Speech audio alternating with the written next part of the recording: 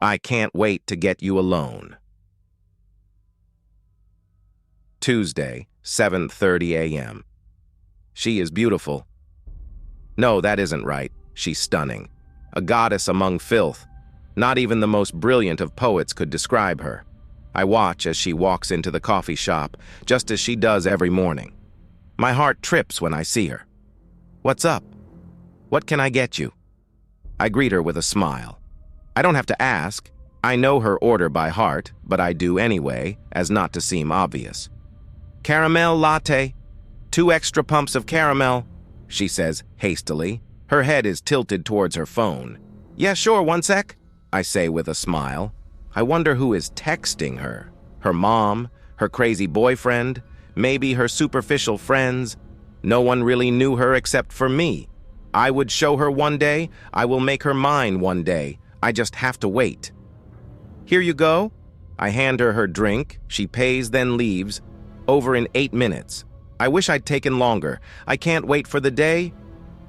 Thursday, 8 p.m. I sit across the street from her house and stare through the window. I snap a picture with my phone and smile to myself. I wish I could be there with her. I pray one day I'll be her love. I have to wait. Soon. I'd be with her soon. Saturday, 11:45 p.m. I couldn't take it anymore. I drive to her house and breathe in the night air. The lights are off. She is sleeping. Now was the perfect time. I pick the lock on her front door and enter. Slowly, quietly. I'm excited but so nervous to get her. I creep up to her room and Sunday between 12 a.m. and 4 a.m. Let me go, please. I love you. I'll do anything you want, please, my beautiful girl. My head is pounding from where she knocked me out. Fear pumps through my veins. She is a F-in monster. She smiles at me and holds up a pair of pliers. Her beautiful face is terrifying me. I look around and I realize I'm in her basement. Pictures of me cover the walls. My work schedule, my information, my private moments, she has them all. She has been watching me too. In that moment, I realize I wasn't getting out of this. She wasn't the sweet girl I thought her to be. She was a beast in disguise, a killer. I can't let you go, she say as she moves closer with the pliers. I waited for you. I planned this so well. And now, we finally get to be alone together. I discovered someone. Living in the walls of my house, and they're not alone. A few weeks ago, I moved into a seemingly ordinary house, but what I've uncovered is anything but ordinary. I think someone is living within the walls of my home. It all began innocently enough, with subtle, unexplainable noises that I tried to brush off as the house settling or the wind outside. But as the days passed, those noises grew more persistent, more eerie. Late at night, I'd hear faint whispering, like a clandestine conversation just beyond the drywall. One evening, curiosity got the better of me, and I decided to investigate. Armed with a flashlight and a sense of dread, I began knocking on the walls to locate the source of the sounds. That's when I stumbled upon a loose panel in the basement. It led to a narrow, dark passage. I had to know what was hidden within. Crawling through the cramped space, my heart pounding, I reached a small chamber where dim candlelight flickered. There, I found a makeshift bed, old photographs, and eerie drawings on the walls. It was clear that someone had been living here, in my house, undetected for who knows how long. The walls were adorned with names and dates, all pointing to a single conclusion. This secret occupant wasn't alone. They had companions, and the most chilling part was that some of those dates were recent, suggesting others had ventured into these walls, but never returned. My blood ran cold as I heard footsteps approaching the entrance to the passage. Panicked, I retreated back to the basement, sealed the panel, and tried to pretend that what I'd seen and heard didn't exist. But the whispering continued, growing louder and more sinister. I can't escape the feeling that I'm being watched, that there are eyes on me even when I'm alone.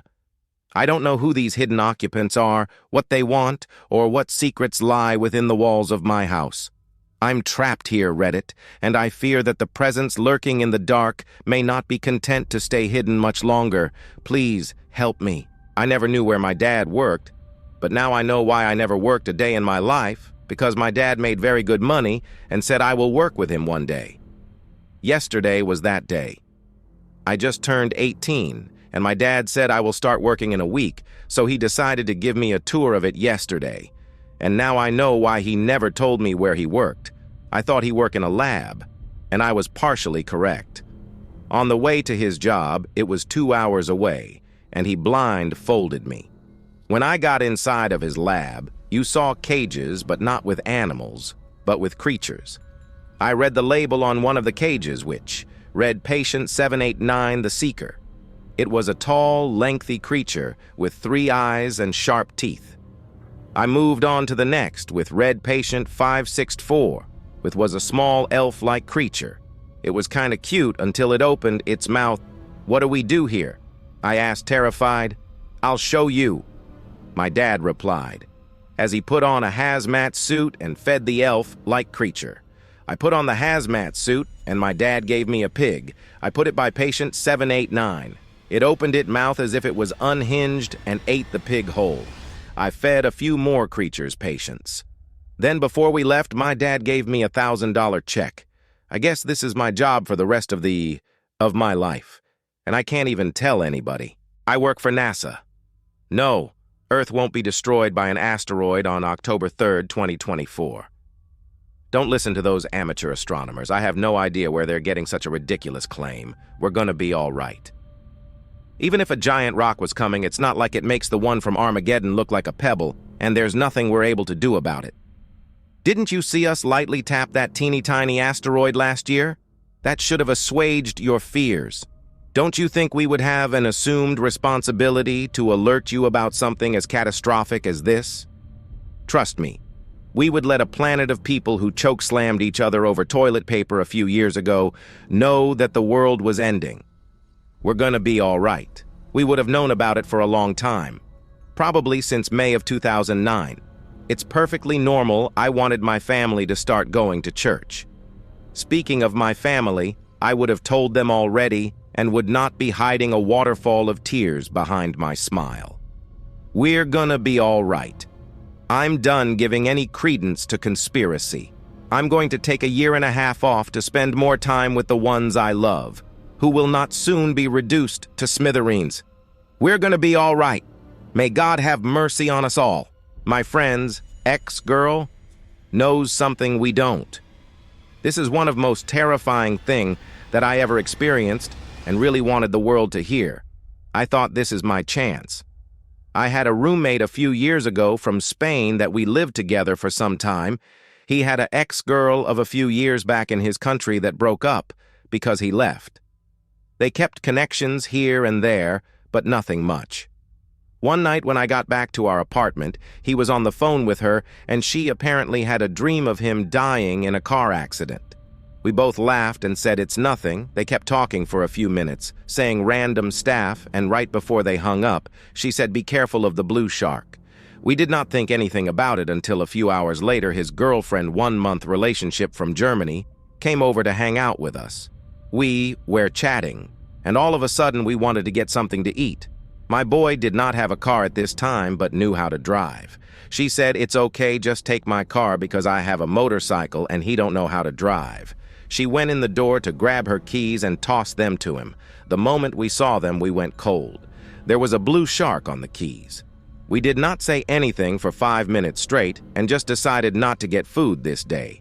It still creeps me out to this day because we know the girls had zero connection and knew nothing about the existence of one and other. My wife of 7 years wore a red ribbon on her wrist. When I found out why, it shocked me to my core.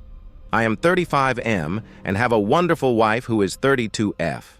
We have been married for 7 years and have 3 beautiful children that gave me shivers of excitement down my spine when they were born. My wife, Marianne, has suddenly been starting to wear a red ribbon around her wrist ever since our last date night, July 18th, 2023. I wonder sometimes why she wore it.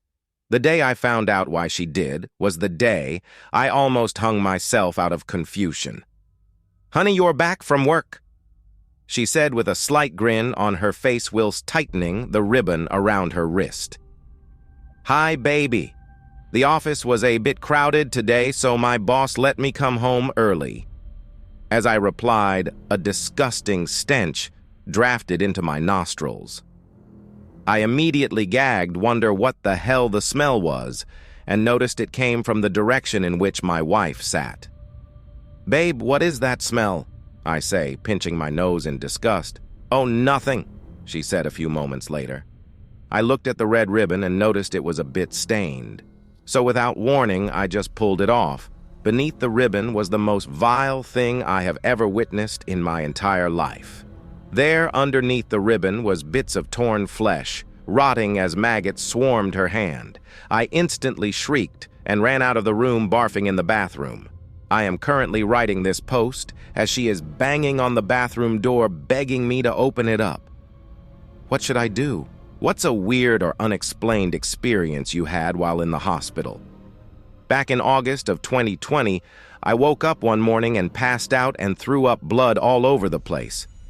I was rushed to the hospital, where I then learned that I was very close to dying because I had a massive stomach ulcer and I was bleeding extremely bad. My stomach had filled up with blood. While at the hospital before being rushed into emergency surgery, I was terrified. I didn't know if I was going to make it, and this woman came into my room. She looked at me and asked me, "Are you doing okay?" I said, "Yeah." She then asked me, "Are you scared?" I said, "Yes, I am not religious at all." But she asked if she could pray for me, and I was so worried about not seeing my kids again that I said, "Yes, please." I don't remember the prayer, but I remember she finished and told me everything is going to be okay and that she'd see me later. She left and I never saw her after that. Again, I was in that hospital for 17 days. Then I thought about it. I realized she wasn't dressed like the nurses or any other staff. She wore all black. And it has me wondering who or what was she. I had not been given any pain medicine or anything yet, so it was not a hallucination. I've been thinking about it for 3 years now, and I need answers. My mom has been going into the basement every night for 7 years. I now know the horrifying truth. I 19. Female, and my mom 46. Female have always been really close ever since I was born. We would always do everything together. We were inseparable up until I was 12 years old. My mom, me, and my dad were all in the car, going abnormally faster than usual. The beautiful blue sky and perfectly shaped clothes on this day were kind of weird, but I shrugged it off as I was 12 years old. We were going to the mall for a bit of a shopping trip, and we're laughing and telling jokes. One joke in particular my dad told made us all laugh out loud, instead of just chuckling to ourselves when suddenly we got hit head first by another car, and unfortunately my dad did not make it out alive. As for me and my mom, we made it out with just a little scratch. Nothing major. That's when things started getting weird.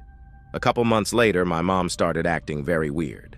And I mean weird as in her health started to decline rapidly as she got thinner and more bones were showing from her soft, fatal skin.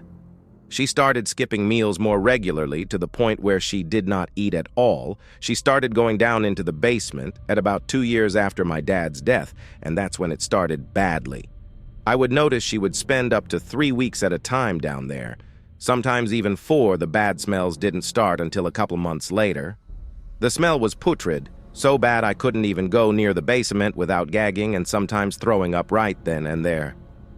Anytime I would try to go down into the basement, the door would be locked from the inside, and my mom never said a word to me. Anytime I would try to start a conversation, she would just stare at me. And it creeped me out. It seemed like she had no soul when she looking into my eyes and I looked into hers. You could not imagine how I felt when one day she walked out of the basement. I was sitting at the kitchen table, eating a sandwich, when she then walked out with blood all over her hands and shirt, with some of the blood even being on her pants. I looked at her with a horrifying look as she walked upstairs into the bathroom, leaving the basement door accidentally open. That's when I decided to go see what the smell was. I got up and walked over to the basement door, and as I walked down the stairs, the smell grew bigger, but when I walked down there, I almost threw up. There I saw her laptop, and an operating table with an open body on the table. I could see all the organs and intestines, with some even being on the floor. As I looked to the side, I saw a pile of dead bodies piling up in the corner. At that moment, I ran up and called the police, and when they got there and looked in the basement, I followed them down there and everything was normal. But what made my skin crawl is that the house I was standing and grew up in had been abandoned for 20 years. Nobody has lived in the house since. It was all in my head. My parents leave the TV on static every night. I now understand why. Throughout my entire life, my parents have always left the TV on static at night. We are demanded that we leave no devices running in the living room and that we never go into the living room from the times 1 a.m., 6 a.m. When me and my sister were kids and very curious, our parents had to give us sleeping pills to keep us asleep so we didn't go down. They put alarms in case we were near the stairs at night. Alarms that were loud enough to wake my parents up, but not loud enough for anyone else in any other rooms to hear. Some days they would complain about the electricity bills being high. Me and my sister would just ask them to leave the TV off to save electric, but they never listened and said it was mandatory. Me and my sister called Megan, she is 18, and myself called Christopher, I am 16. We were going to be left home alone for a week while my parents were on vacation. Every night while my parents were gone, my sister had the responsibility of leaving the TV on. On the third day of my parents being gone, I left my Alexa plugged into the wall and it was still running. Normally, my parents would check the living room before heading to bed. Since Megan had already turned the static on and went to bed, there was no one to turn the Alexa off. I went to bed and I was woken up at 2:47 a.m. to loud smashing. I got up and went to the stairs to go down and see what the commotion was.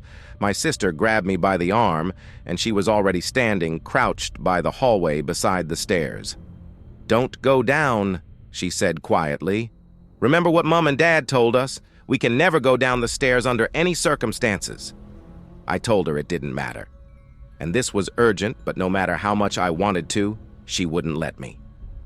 Around 20 minutes later, the sounds stopped, and my sister went to her room but laid there awake. I, on the other hand, pretended to go back to sleep but snuck by and went down the stairs.